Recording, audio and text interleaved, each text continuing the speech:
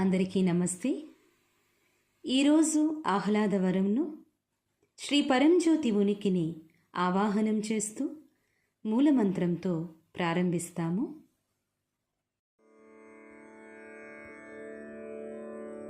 ఓం శ్రీం సర్వదేవ పరం కరుణ పరం జ్యోతే నమః. ఓం శ్రీం సర్వదేవ పరం కరుణ పరం జ్యోతే నమః. ఓం శ్రీం సర్వదేవ పరం కరుణ పరం జ్యోతే నమః.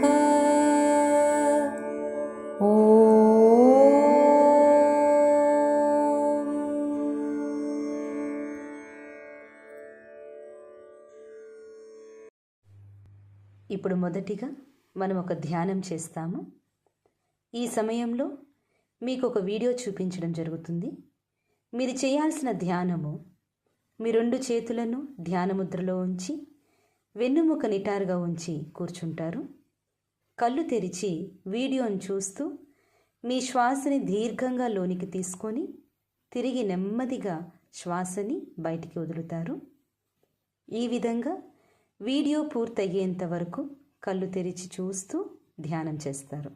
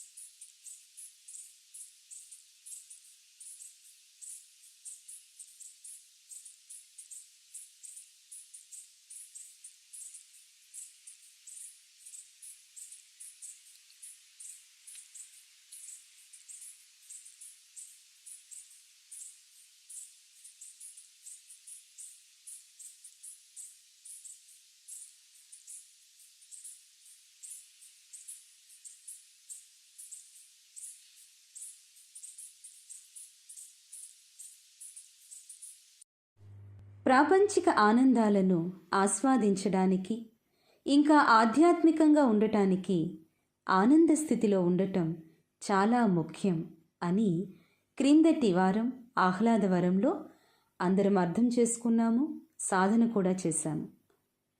ఈరోజు మనం అర్థం చేసుకోవాల్సిన ఇంకొక ముఖ్య విషయము, మన జీవితంలో జరిగే ప్రతి ఒక్క విషయానికి బాధ్యత వహించే అంశాలు చాలా ఉన్నాయి. మన సమస్యలకు గల ముఖ్య కారణాలలో అతి ముఖ్యమైనది మన 10 ప్రోగ్రామ్స్. ఈ 10 ప్రోగ్రామ్స్ మన జీవితాన్ని ప్రభావితం చేస్తున్నాయి. అంతేకాకుండా మనలో ఉన్న 7 కోశాలు తప్ప మరేమీ కాదు. ఈ కోశాలు, మొదటిది అన్నమయ కోశ, రెండవది ప్రాణమయ కోశ, మూడవది కర్మమయ కోశ, 4 మనోన్మయ కోశ, 5 విజ్ఞానమయ కోశ, 6 జ్ఞానమయ కోశ, 7 ఆనందమయ కోశ. ఈ 7 కోశాలు నిరంతరం మన ప్రోగ్రామ్స్ని ప్రభావితం చేస్తున్నాయి. కాబట్టి మనం మన కోశాలపైన పనిచేయాల్సిన అవసరం ఎంతో ఉంది. ఒక్కొక్క కోశంను సంబోధిస్తున్నప్పుడు మనం ఎంతో నేర్చుకోవచ్చు మరియు మన జీవితం గురించి సచేతనం కాన్షియస్ చెందవచ్చు. ఒక బిడ్డ ప్రసవించడానికి శరీరము 24 నుండి 26 సిస్టమ్స్ను కలిపి ఉపయోగిస్తుంది.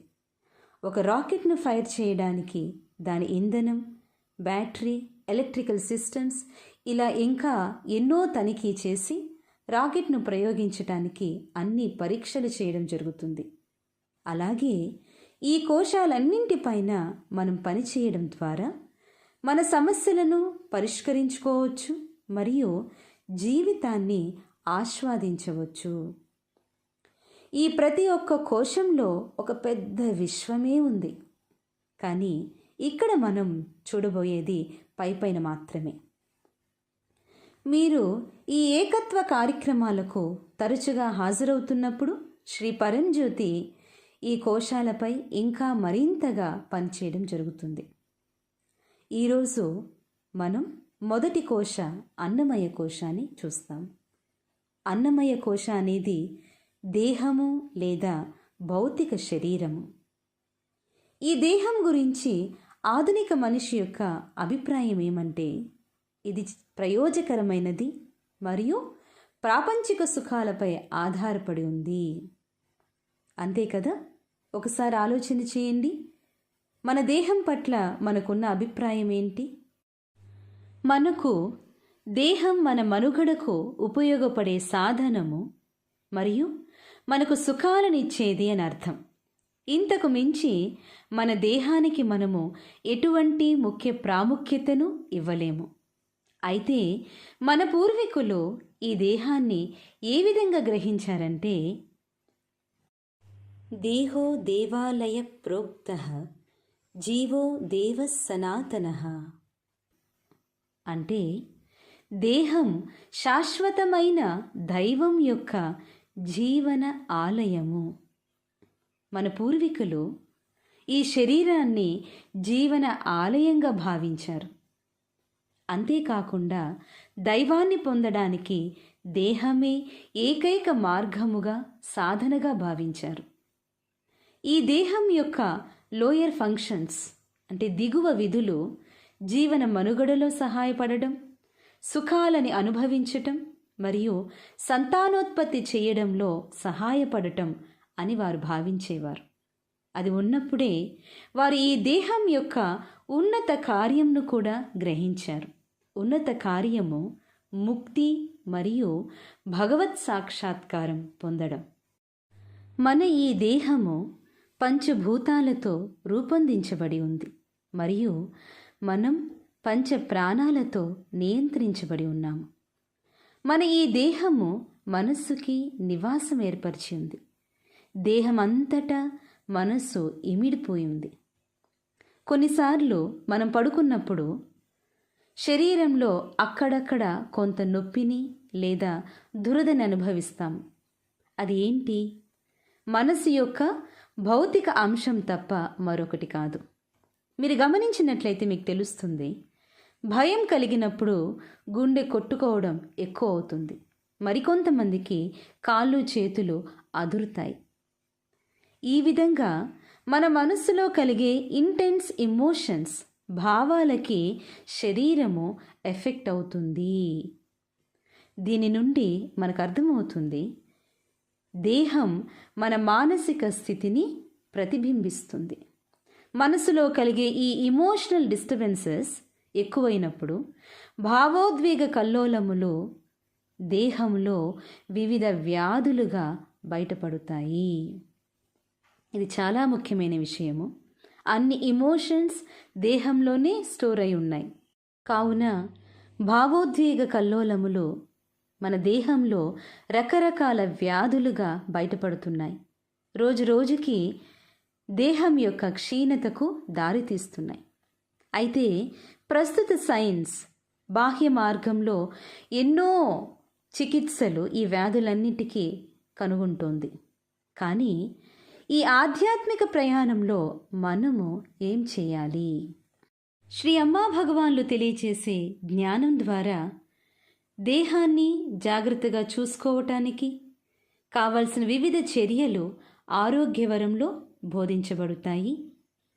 దేహంతో బాంధవ్యం పెంచుకోవడం, ఈ దేహం దైవం యొక్క నివాసంగా అనుభవించటం ఈ వరంలో ముందుకు వెళ్ళే కొద్దీ తెలుసుకుంటాం. దేహం అని పిలువబడే ఈ అందమైన అద్భుతం గురించి తెలుసుకోవటానికి ఈరోజు మనం కొన్ని ప్రాథమిక చర్యలు తీసుకుంటాం. మీరు ఎప్పుడైనా ఇంతటి మోస్ట్ సొఫిస్టికేటెడ్ సిస్టమ్ అంటే చాలా అధునాతన వ్యవస్థ ఉన్న మన దేహాన్ని చూసి ఆశ్చర్యపడ్డారా? ఈ దేహం లోపల చాలా పెద్ద సైన్యం ఉంది. ఇది దేహంలోని అన్ని కాంప్లికేటెడ్ సిస్టమ్స్, సంక్లిష్ట వ్యవస్థలన్నింటినీ చాలా పర్ఫెక్ట్గా నిర్వహిస్తుంది. అది ఎలా అనేది ఇప్పుడు ఒక చిన్న వీడియో చూస్తాం మనము.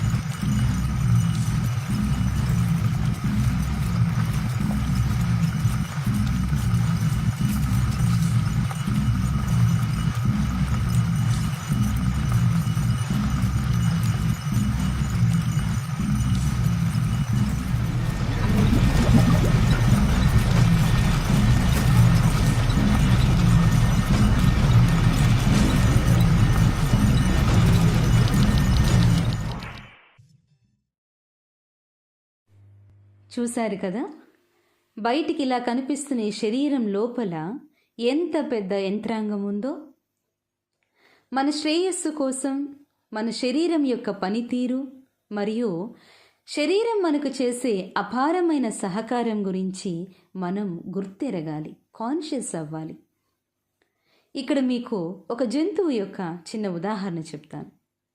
ఇది ప్రతిరోజు నీరు త్రాగడానికి ఒక ప్రవాహం దగ్గరికి వెళ్ళేది.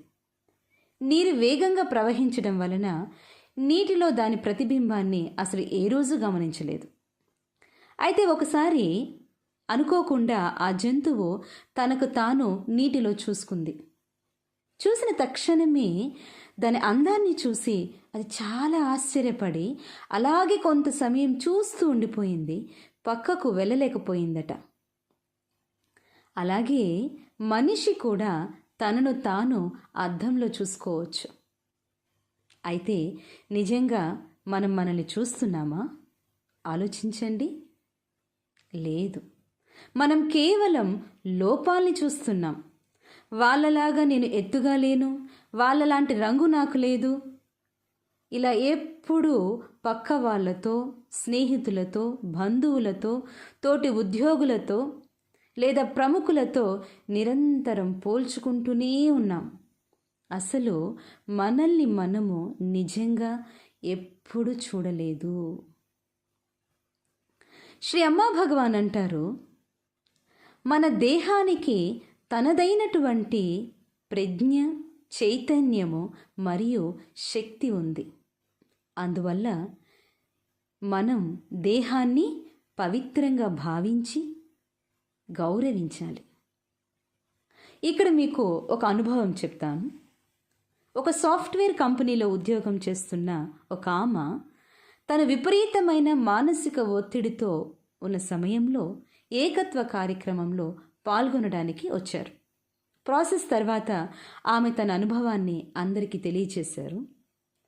తన జీవితంలో మొదటిసారి తన శరీరం గురించి కాన్షియస్ అయ్యారు.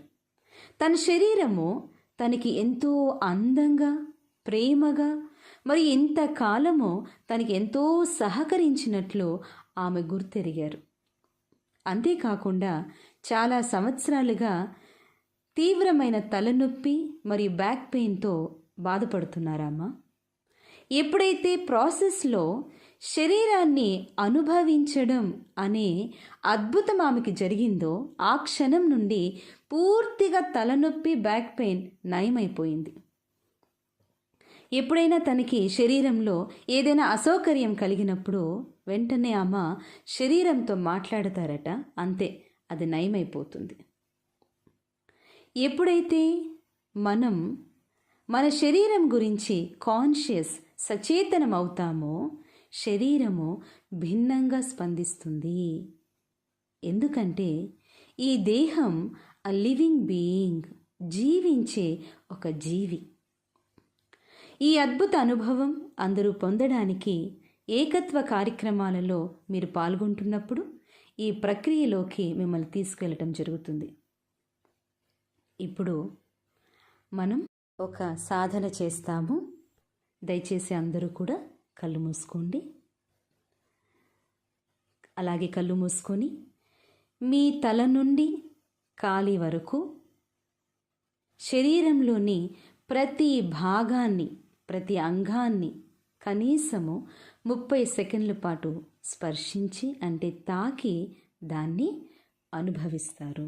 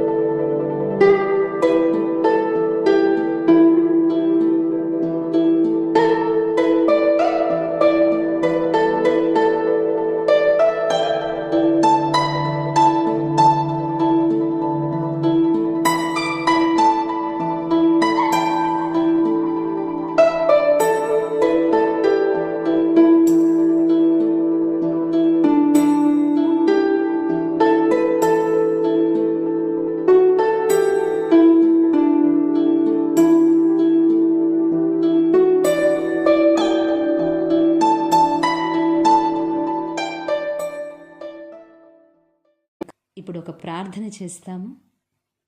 మీ శరీరం పట్ల మీరు కాన్షియస్ అయి సచేతనులయ్యి శరీరం అంతా దైవీక చైతన్యంతో నింపమని శ్రీ పరంజ్యోతికి ప్రార్థన చేస్తాము.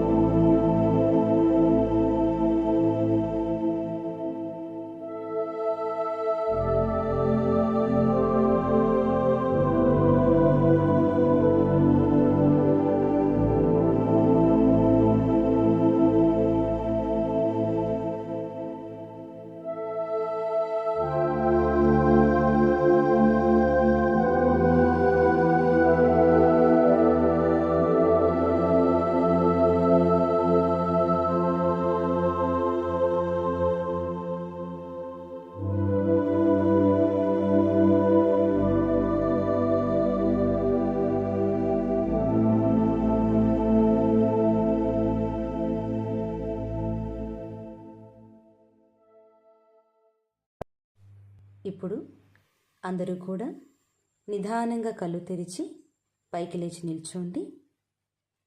ఈ శరీరం ద్వారానే మనము ఆహ్లాదము మరియు ఆనంద స్థితిని అనుభవించగలము.